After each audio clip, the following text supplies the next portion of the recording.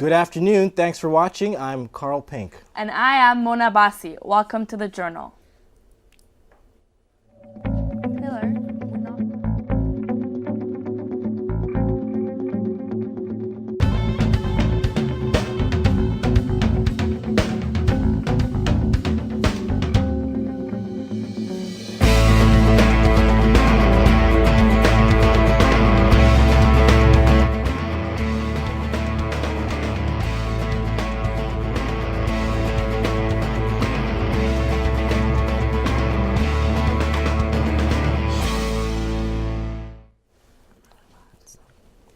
The Journal is an 8-part news program written and produced by 4th semester broadcasting and film students here at Centennial College.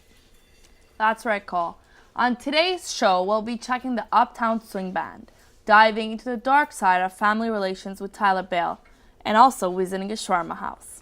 We'll also be going on a crazy adventure with underground music producer Keith Mustachi, checking in on rising YouTube sensation Naya, and we'll also have a live performance here in studios by Toronto's very own alternative rock darling, Laffhappy. But first, we're going to explore Toronto's black metal scene. Our own Kadie Balfour recently went to a black metal show at the Blue Moon Pub to see what the black metal scene is all really about. Let's check it out.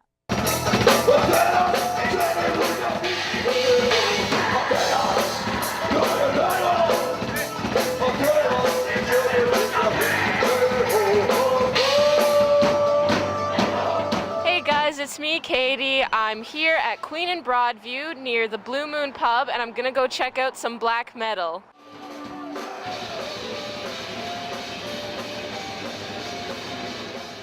This is Protocult, an independent black metal band here in Toronto.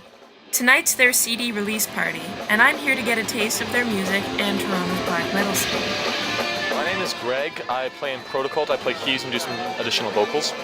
Cool. Okay, so how did your band meet? I'm a fairly new addition, so I've joined within the last 2 years. They've been around for like 6 or 7 years. For the most part, I met in high school. What about the vocals? How do you master that?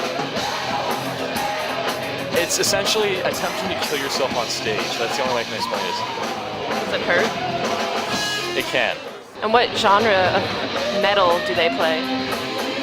We are black metal with death metal, folk metal, ambient, and thrash influences. We're very hard to categorize that way. This is your CD release party, so how long has your CD been in the making?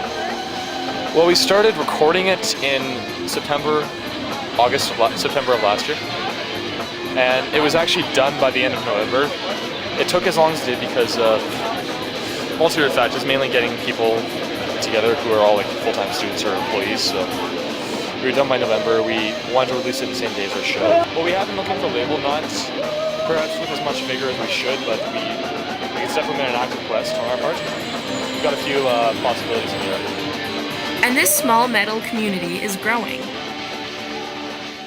What do you like about coming to shows like this? One thing is a lot of metal fans have kind of the same mindset going on, so you can meet all sorts of people. Seeing your friends, because I consider a large majority of the people here are my friends. I've met tons of people here, whether I meet them today through friends or I've met them at other shows before. It's like a community, it's a small community. There are many different ways for sprouting fans and devoted fans alike to find shows in Toronto. I would say talk to people who are fans of the music, because a lot of the shows aren't really advertised at all. Like, a lot of it is spread word of mouth. Anything from Now Magazine to MySpace pages. Or you can just go around downtown to like Queen Street, because then crappy bands that can't afford anything else just staple their flyers to the wall.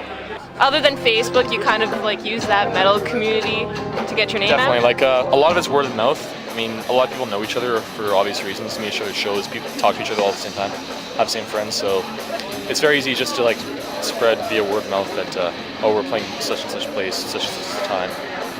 Should I wear black? It's optional.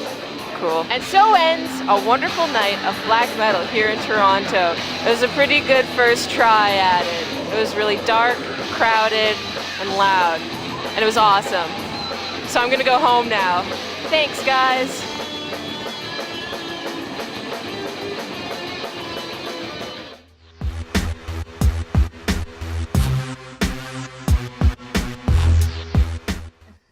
Wow, thanks a lot, Kadie. That was some serious metal. Yeah, Carl, it was. Fun fact, the term black metal comes from a British band called Venom, whose album was called The Black Metal. Wow, I did not know that. All right, we're going to switch gears a little bit. There are many different music scenes here in Toronto. Slowing things down a bit, coming up next is the Uptown Swing Band, okay? We recently sat down with Russell Noseworthy, who plays upright bass for the Uptown Swing Band. Let's check it out.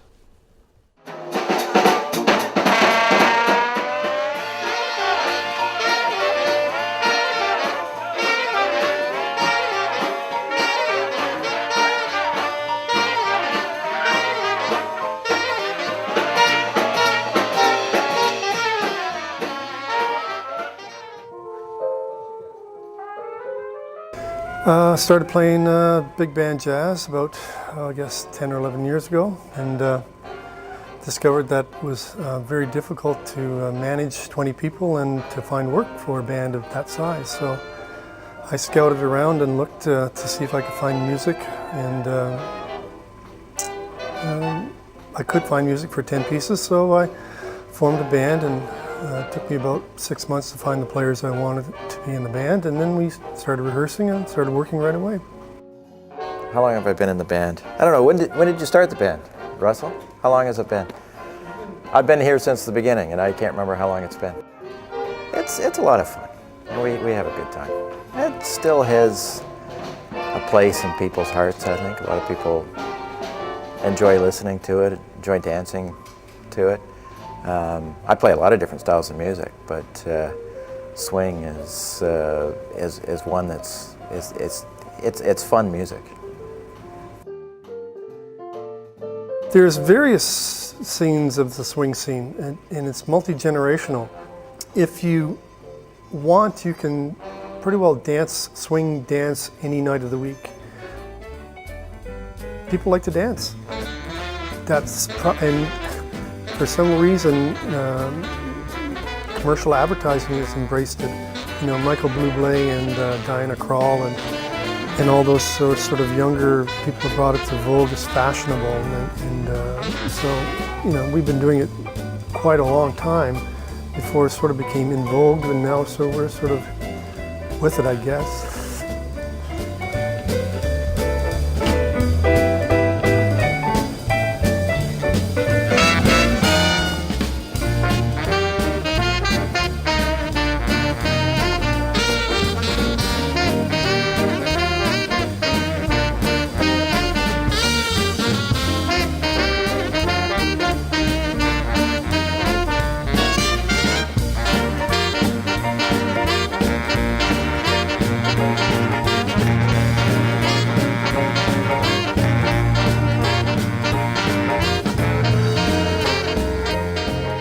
And of course, you know, we are playing around town. Check our website, www.uptownswingband.com, and come out and see us and dance.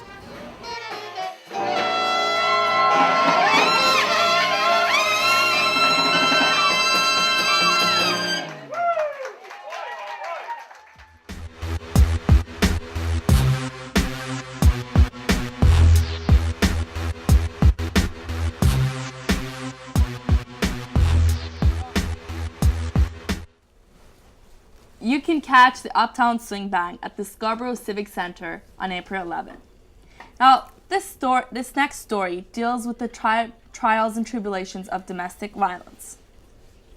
Now, domestic violence is a very serious topic. Tyler Bell experienced domestic abuse, but managed to turn it into something positive. Here is Tyler's story. This is Tyler Bell, a seemingly laid-back and calm person, living in a big house and enjoying life. However, there's a story to how Tyler ended up here.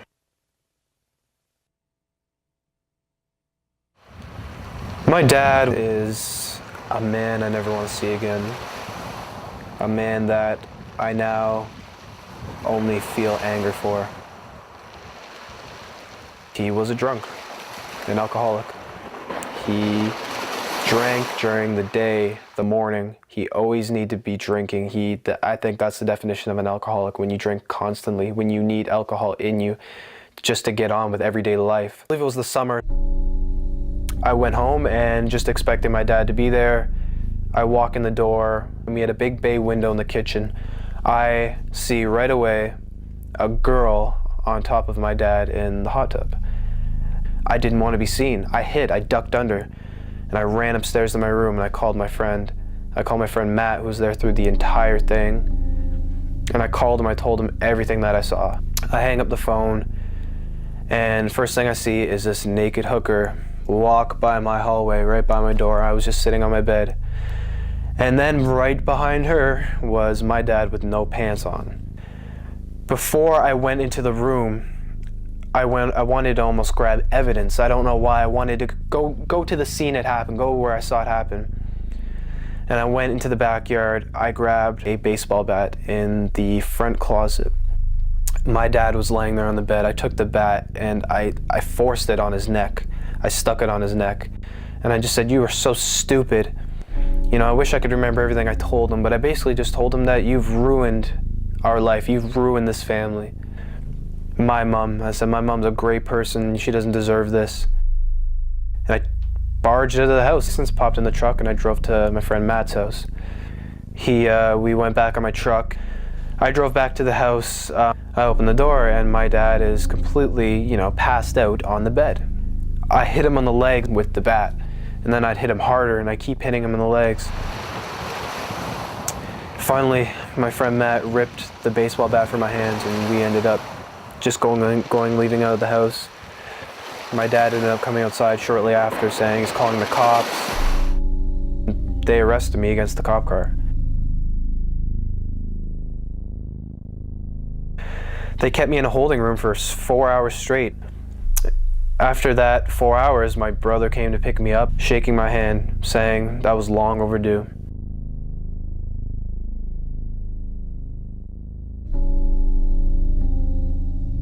Things weren't exactly easy. I had to live in Scarborough. They cleared out my room. They put everything, all my, valuables, my belongings, they cleared it out and they put it in this big garbage bag.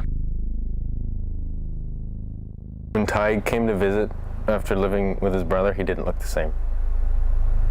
He was unshaven and his clothes were in a plastic bag. With his parents now divorced and not being able to live in his hometown of Pickering for a short while, Tyler's lifestyle was at an all-time low. However, things would get better. Ever since my father hasn't been with me, I've lived with my mom. We might have had our differences here and there, but everything has been better. I've really kind of experienced new things in my life now, and I've just really found a new happiness. I mean, I'm very happy with myself. I was doing nothing but positive things. I've made tons of more friends. I'm closer to the friends I have now. I make sure I spend all the time I can with them. I started doing martial arts and getting into keeping in shape, to say, and I found something that I love in martial arts, something that my father probably would have never let me do. And everything I'm doing now is, I pay for it. I use my own money. I have a job now. I never had a job when I was with my father. I got my first job. I've just been working there for over a year and a half. And I'm just a happier person. I have great times. I'm always making sure I'm doing something to keep him busy. My music has really lifted up. My music has gone, farther than I ever thought it would. And it's progressing even more. And I have a lot to thank for that experience happening to me. I have a lot to thank, because all that happened, I wanted to make my life 10 times better than it was, because I knew I deserved it. And I knew my mom deserved it. We moved into a bigger house, a huge house. I've never been in a house this big. I can only think of positive things that have happened in the past years without him. It's been almost 3 years since it's happened, and it's just been the best time of my life. And I feel a lot of power knowing that the Bell name, my last name, is in my hands now, because I can flip it. It had such a bad reputation. I control it now. I'm the only boy in the family who can actually pass this name on. Now it's my turn. I'm gonna make it a good name. I'm gonna, do good things in my life and let this, keep going on, and hope my son takes and, I hope the son that I have is just like me. and I'm proud to say that. I'm proud, and I just know that everything is just better now.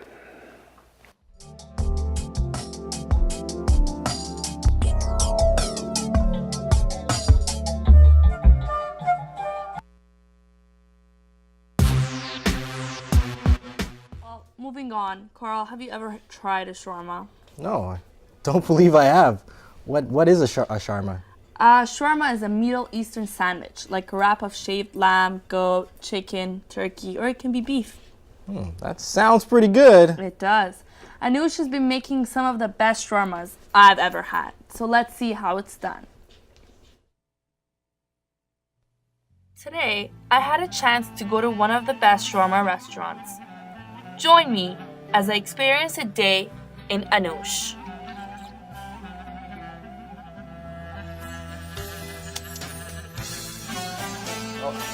Hello, my name is Tsang. I'm from Turkey.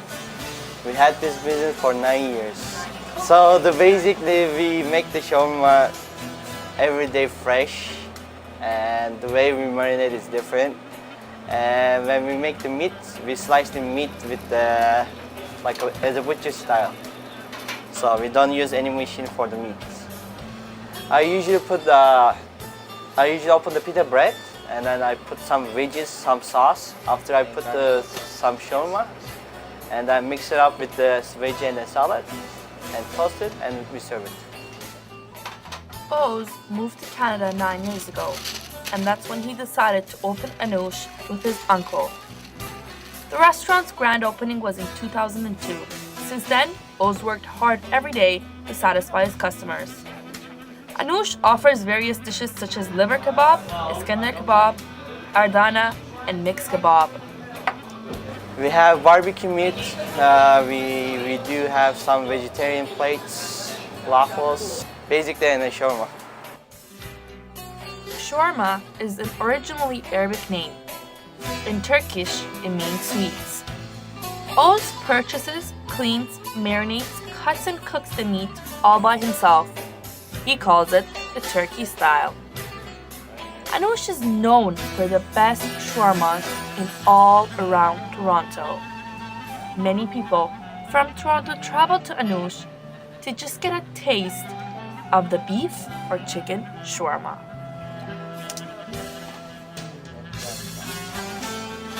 What do you think of the shawarma here? Best sandwich in all the city of Toronto. Well, you can't help that, but you know, if the people that it makes the thing for them, and then I'm just glad when they say like we are the best in the Toronto. Not only I had an amazing day at Anoush, but I tasted their famous shawarma. I hope you enjoy it. There you go.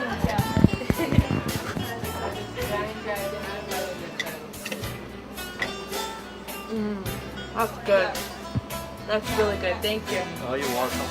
Come back, I will give you a shawarma from the house.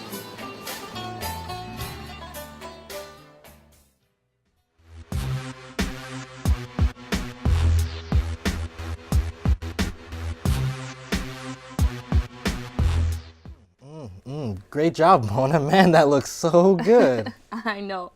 Well, you can't eat yet. We've still got a show to do. Okay, all right. Moving on. Keith Mustachi has been immersed in music ever since he was a young child. Just recently, he began producing and mixing music himself. In a time where most people sell out for the big paycheck, it's refreshing to see someone do it for the pure love of music. So let's check it out.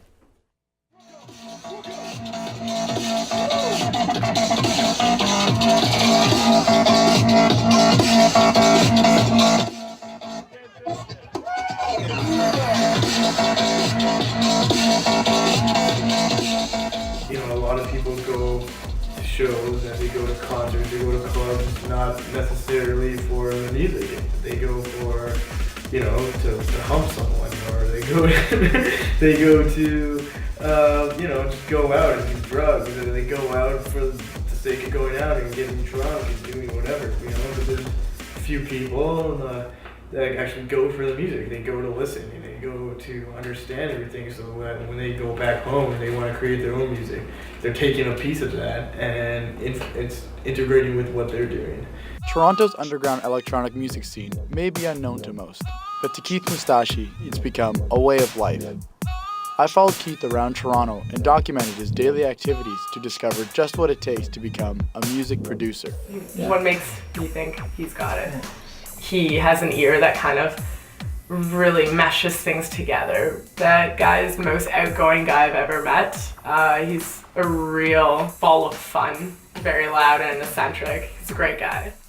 I need to go to the dubstep shows. They tells me it's very nice. And it's so good when I eat the hot dog.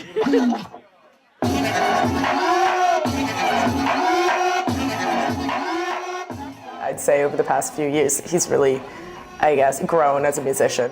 If you listen to some of his stuff, the way he meshes certain songs together, songs you wouldn't normally find when you're mixing songs, stuff like metal and dance together, he's really good at doing it and really makes it work.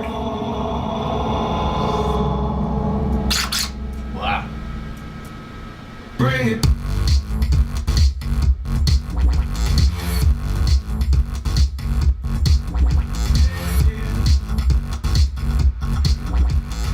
So this is virtual DJ, and it's basically like 2 turntable setups, and you can add it. You can like hook up a mixer outside of the computer, and then work it like a normal DJ setup. This is my bed away from my bed. Like, this is where I find music. You know, there's been times where I found one band, drum and tuba, and it's a band where it's basically drums and tuba, and it's like a rock band. You know, you just find random things, just looking for stuff, and you know, drums and tuba sounded interesting, so I clicked on it. So it's just branching off, taking from every genre that sounded good, sounded new, sounded like, you know, something I wanted to do. So many things can go wrong. It's about adapting, to be able to feel what's going on in front of you with the crowd as well, being able to notice things, being aware. You know, it's hard, but you gotta struggle and you gotta keep doing it. Let me remind you!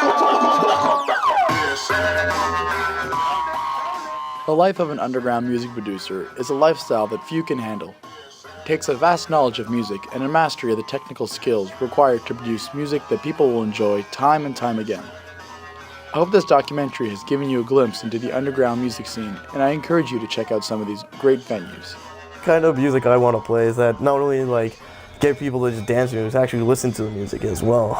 You know, it's all about the music. It's all about playing the music, and then people who love the music, for people that love the music.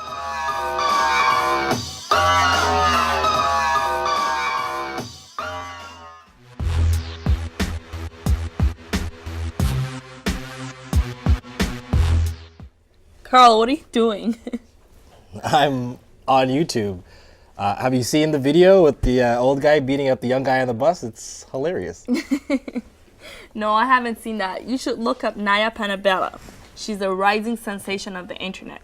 And did you know that her videos have over 500,000 viewers? No, I didn't. Sick.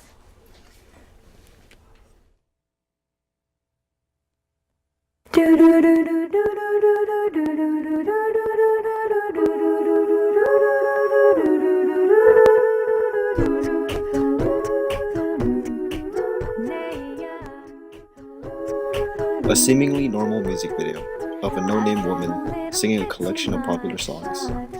For many people, this is their first thought, along with her having a good voice. But according to a certain website, this no-name woman has been seen over 500,000 times. Her ability to sing and her creativity left her with fame on the internet. But how did this YouTube star start off?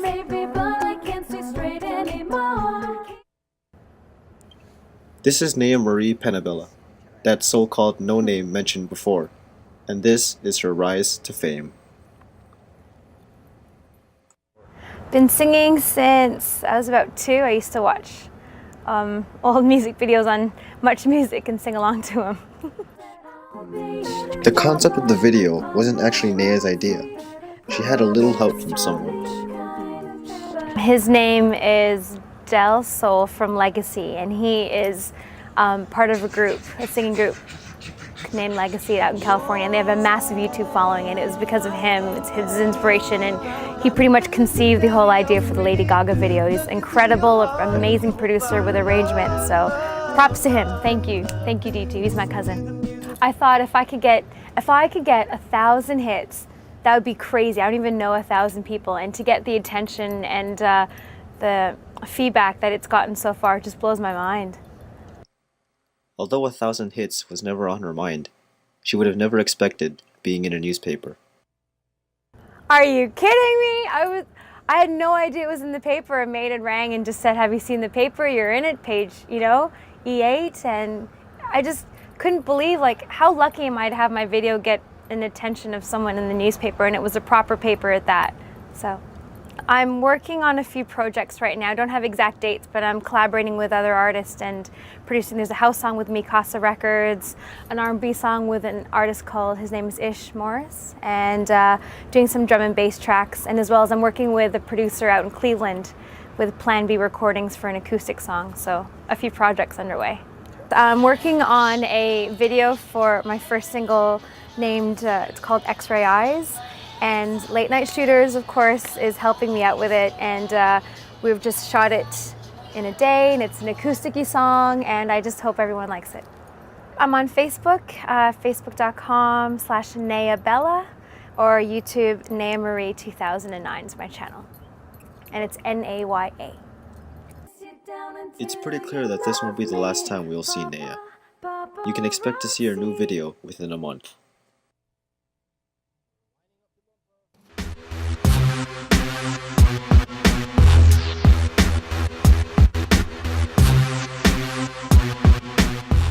And now here's Toronto's own Laffhappy performing his latest single, Sleep Talker. Enjoy.